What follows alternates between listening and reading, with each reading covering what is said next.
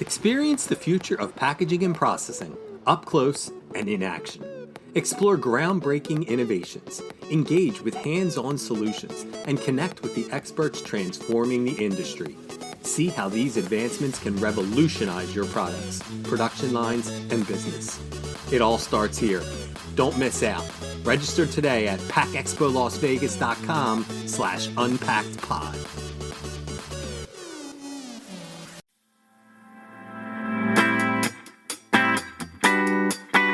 You're listening to Unpacked with PMMI, where we share the latest packaging and processing industry insights, research, and innovations to help you advance your business.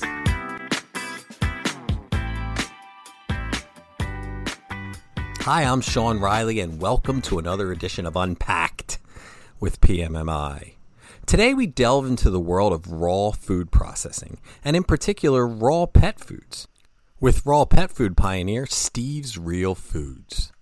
Nicole Lindsley is the owner of Steve's Real Foods and discusses how the Food Safety Modernization Act changed the game for raw pet food processing. After spending 2 years evaluating its food safety program, Steve's Real Food decided high-pressure processing was the best way to meet FSMA requirements, but they also found that the added shelf life made it possible for Steve's to grow into a company with distribution in many different international markets. Let's get raw. And with all the fancy introductions out of the way, welcome to the podcast, Nicole. Thanks for having me. Oh, the pleasure is definitely all ours, believe me. So this is actually a very interesting company that you're currently the CEO of.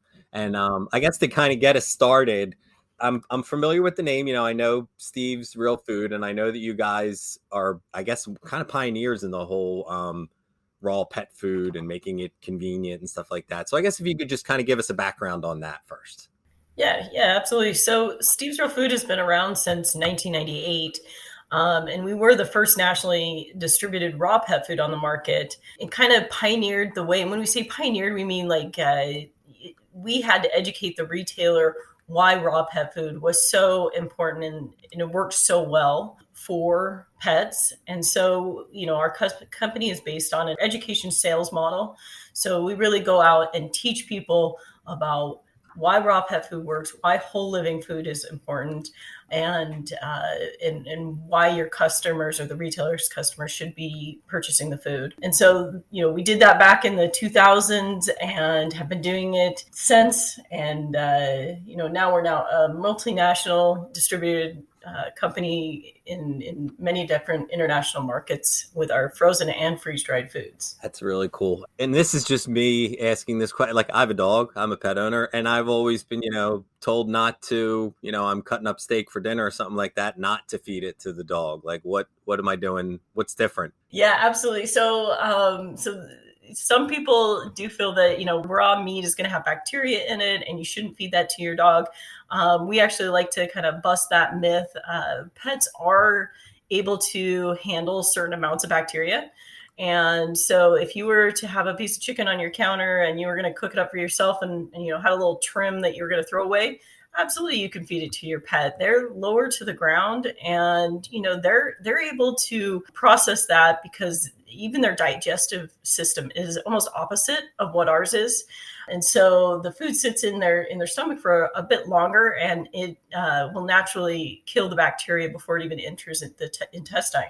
So, you feeding raw pet to your pets is perfectly fine. However, when you're handling it for yourself, clearly you can't eat it and you need to be careful and make sure you wash your hands and the utensils in your cutting board.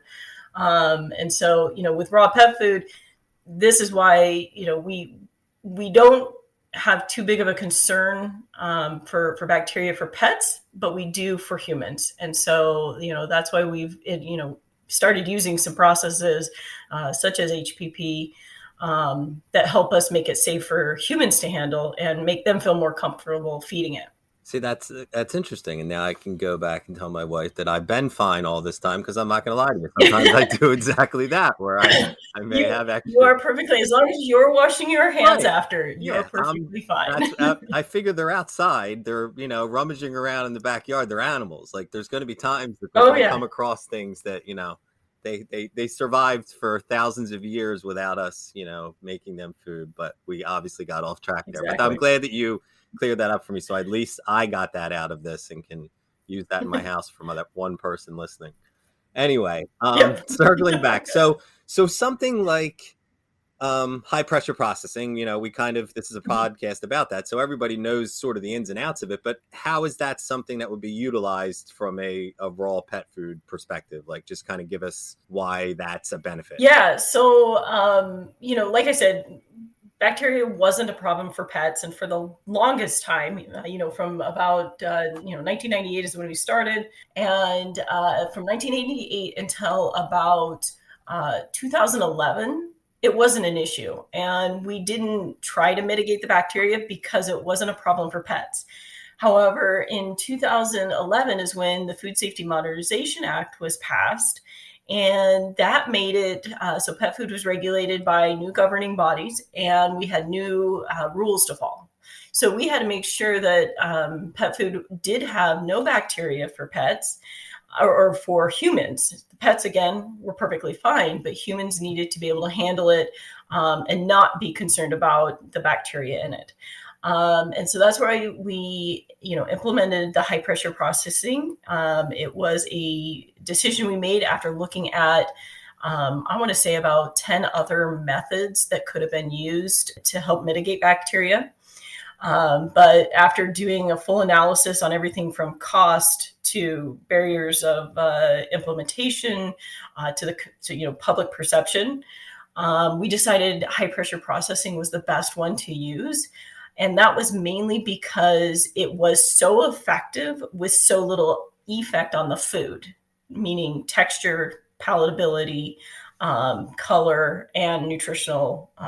It didn't affect the food any way nutritionally. And so we have started using it on all of our food from both the frozen and the freeze-dried lines, and have been able to have many different validation studies to prove that the bacteria is mitigated and it is safe to handle for humans. Now, we do still encourage people to wash their hands. It's just good practice. But it is a safe product to use. So that's really interesting. So again, most of this is for the human, not for the actual, and I'm not, negating the pet value of it. No. I'm saying, but most of this for the high pressure processing is for the handling by the humans. And you guys basically, I'm kind of dumbing this down to repeat it back to you, is basically finding a way for the humans to handle it, but maintain all the nutrients, and HPP was kind of the best way to do it. Absolutely.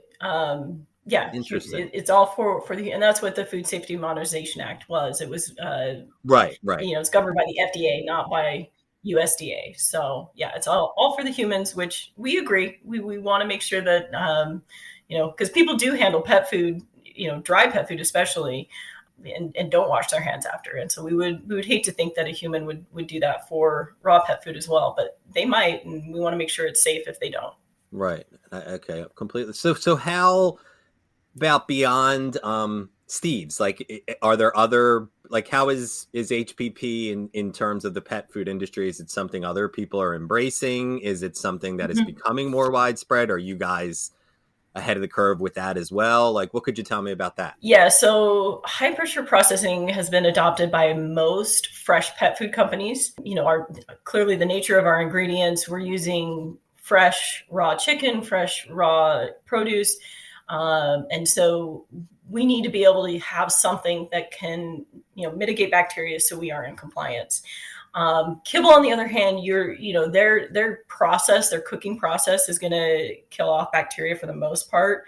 But, any fresh pet food company, and that's even your lightly cooked foods, because there's a lot of foods out there now that they'll do kind of like a sous vide process on the meat.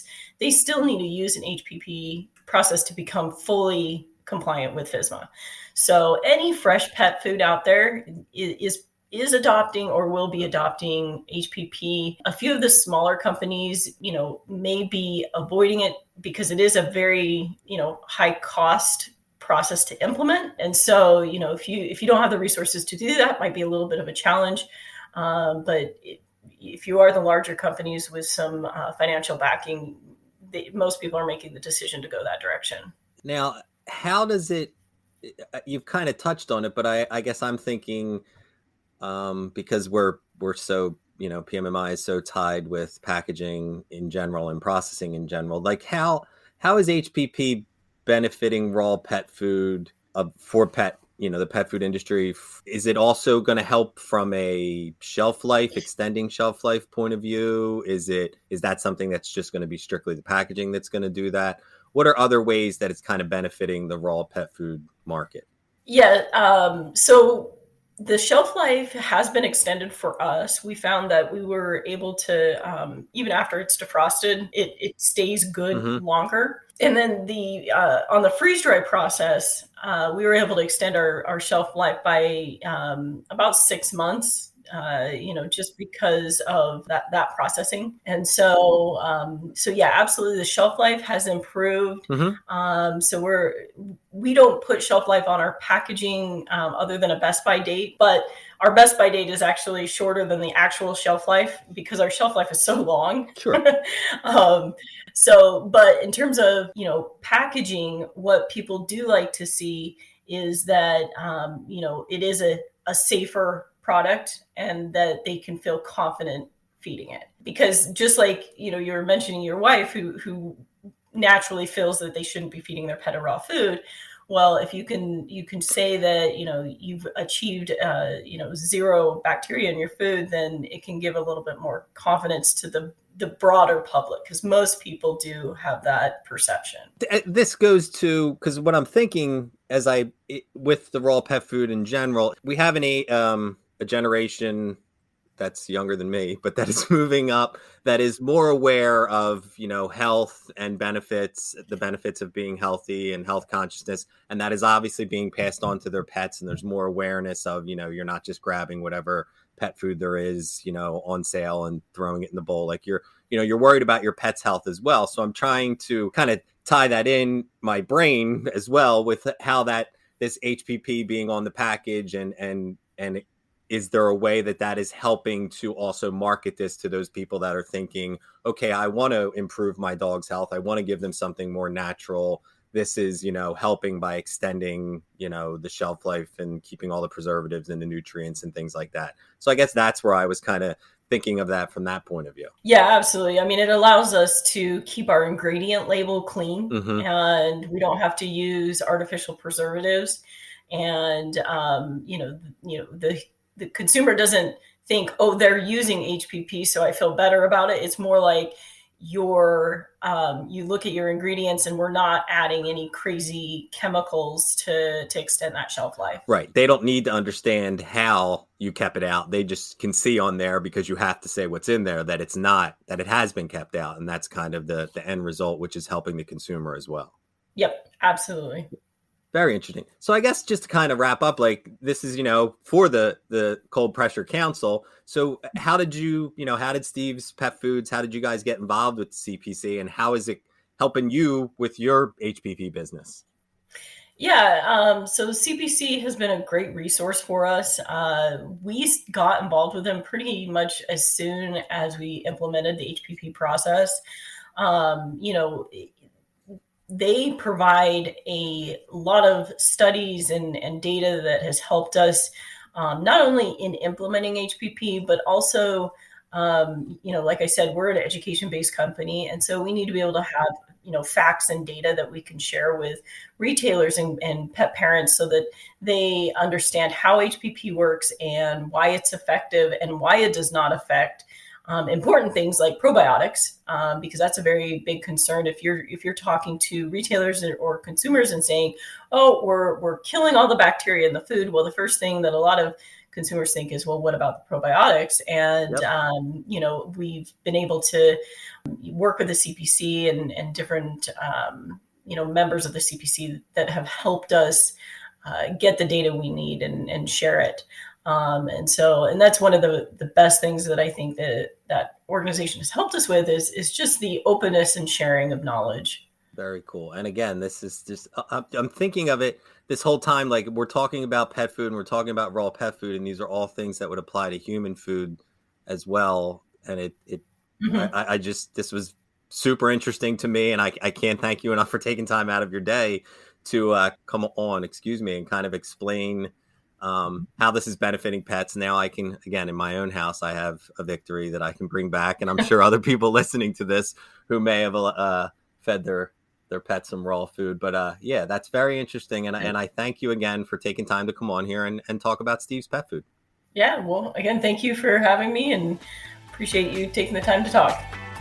Please rate, review, and subscribe. To do that, go to the iTunes podcast or Spotify app on your phone and search for unPACKed with PMMI.